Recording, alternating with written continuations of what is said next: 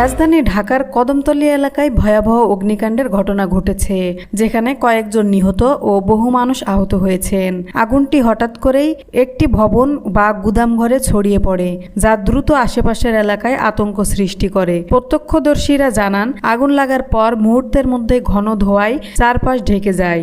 স্থানীয় লোকজন প্রথমে নিজেরাই আগুন নিয়ন্ত্রণের চেষ্টা করলেও তা সম্ভব হয়নি। পরে ফায়ার সার্ভিস ও সিভিল ডিফেন্সের একাধিক ইউনিট ঘটনাস্থলে পৌঁছে দীর্ঘ সময় ধরে আগুন নিয়ন্ত্রণের কাজ করে। এই দুর্ঘটনায় কয়েকজনের মৃত্যু হয়েছে বলে নিশ্চিত করা হয়েছে এবং গুরুতর দগ্ধ অবস্থায় বেশ কয়েকজনকে হাসপাতালে ভর্তি করা হয়েছে। নিহতদের পরিচয় শনাক্তের কাজ চলছে। প্রাথমিকভাবে ধারণা করা হচ্ছে বৈদ্যুতিক শর্ট সার্কিট থেকে আগুনের সূত্রপাত হতে পারে বা ঘটনার সঠিক কারণে অনুসন্ধানে তদন্ত শুরু হয়েছে। এই ঘটনায় এলাকা জুড়ে শোকের ছায়া নেমে এসেছে এবং ক্ষতিগ্রস্ত পরিবারগুলোর প্রতি সহানুভূতি জানিয়েছে স্থানীয় প্রশাসন। পরবর্তী আপডেট জানতে আমাদের চ্যানেলটি সাবস্ক্রাইব করুন।